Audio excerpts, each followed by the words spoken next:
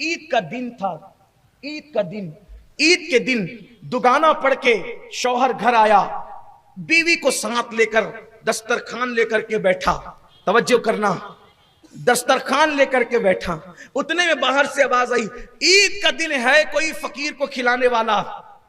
جیسے ہی صدا آئی، آواز آئی، عید کا دن تھا، اس نے کہا یار کیا لوگ ہیں، عید کے دن بھی چلے آتے ہیں بھیک مانگنے کے لیے، اور اپنے نوکروں سے کہا اس کو دھکے مار کے بھگاؤ یہ جو آیا ہے۔ قرآن کہتا ہے اگر کوئی آپ کے پاس بھیک مانگنے آئے، اس کو بھیک نہیں دے سکتے ہو نا، اچھی بات کہہ کے اس کو ٹال دو۔ کوئی بھیک مانگنے ہے نا، آپ اس کو یہ کہو بھائی بابا معاف کرو، جاؤ نہیں دے سکتے، اچھی بلکہ اچھی گفتگو کہہ کے ٹال دینا یہ صدقہ دینے سے بھی بہتر ہے۔ آپ نے اس کو عزت سے رک سکتے ہیں نا، معاف کر دو بابا، نہیں دے سکتے، آپ ہمارے پاس نہیں ہے، معذرت چاہتے ہیں، اچھے الفاظ کہو، صدقہ دینے سے بہتر۔ اور آپ نے صدقہ دے کے اس کا دل دکھایا تو آپ کا صدقہ دینا کوئی کام نہیں، اچھے الفاظ سے ٹال۔ کچھ لوگوں کو دیکھتے ہیں کہتے ہیں ارے اتنا ہٹا کٹا ہے، بھیک مانگ رہا ہے، کماتا نہیں، چل بھاگ یہاں سے۔ آپ ایسا نہ کریں۔ اگر آپ کو تلقین ہی کرنا ہے کمانے کی، میں بھی کرتا ہوں، پہلی بات تو تندرست لوگوں کو بھیک مت دیا کرو، مت دو بھیک۔ بلکہ کچھ لوگوں نے تو ہمارے شہر میں دھندا بنا لیا ہے، چھوٹے چھوٹے باپ جو وہ کوڑیاں کھیل رہا ہے، باپ تاش کے پتے کھیل رہا ہے، شراب پی کے پڑا رہتا ہے، جوا کھیلتا ہے، عیش کرتا ہے، چھوٹے چھوٹے بچوں کو بھیک مانگنے پہ لگا دیتے ہیں۔ چھوٹے بچوں کو بھی بھیک مت دو، اور مسلمانوں کے بچوں کو تو خاص طور پہ مت دو، مت دو انہیں بھیک، بگاڑ رہے ہو تو انہیں بھیک دے کر۔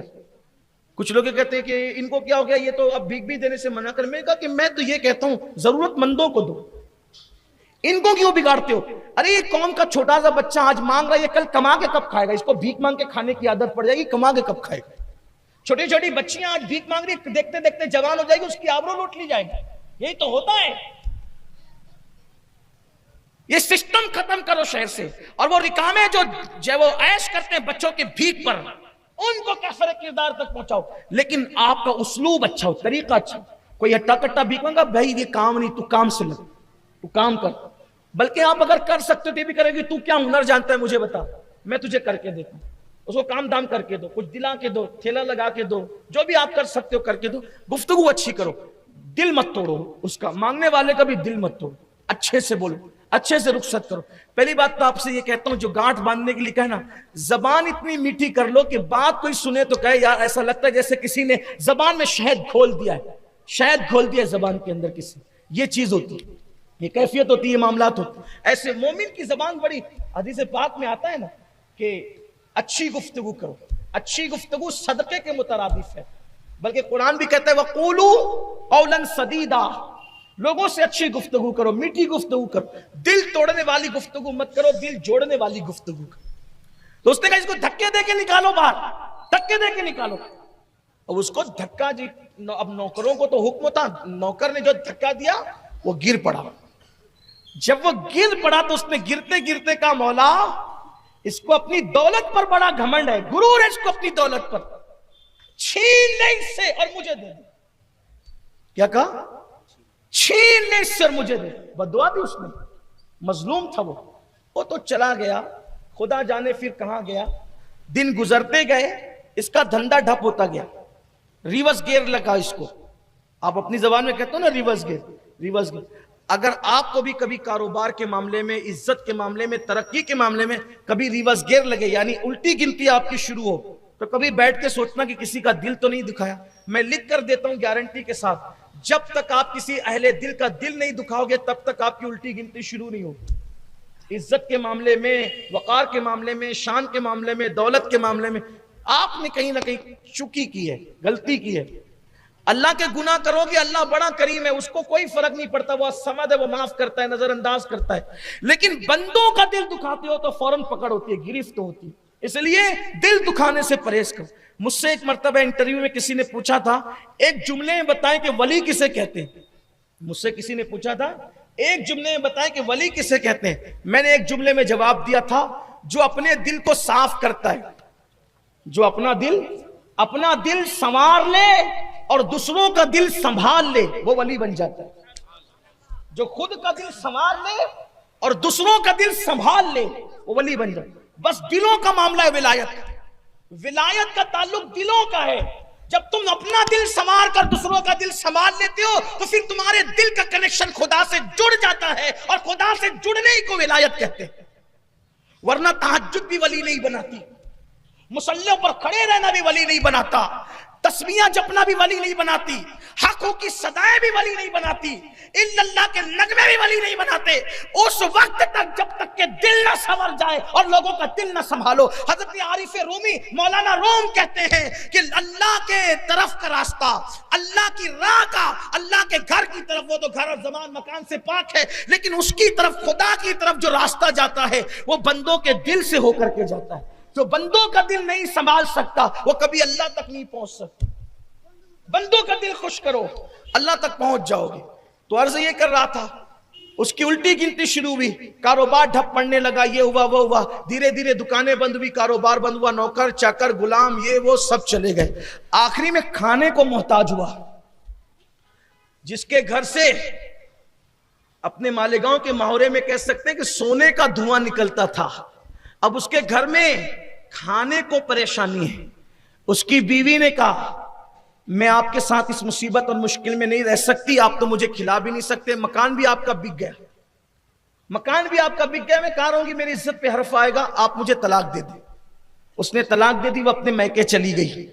یہ چند ہی مہینوں میں پورا کھیل ہو گیا ایک بد دعا کی وجہ. کبھی کبھی بد دعا کا اثر برسوں بعد ہوتا ہے, لیکن ہوتا ضرور. بد دعا کبھی نہیں چھوڑے گی, جیسے بد دعا پیچھے لگی رہتی ہے آدمی کی. ایک شخص بیمار پڑا, بہت تعویذ کیا, بہت دبابا کیا, بہت ڈاکٹر وغیرہ کیا.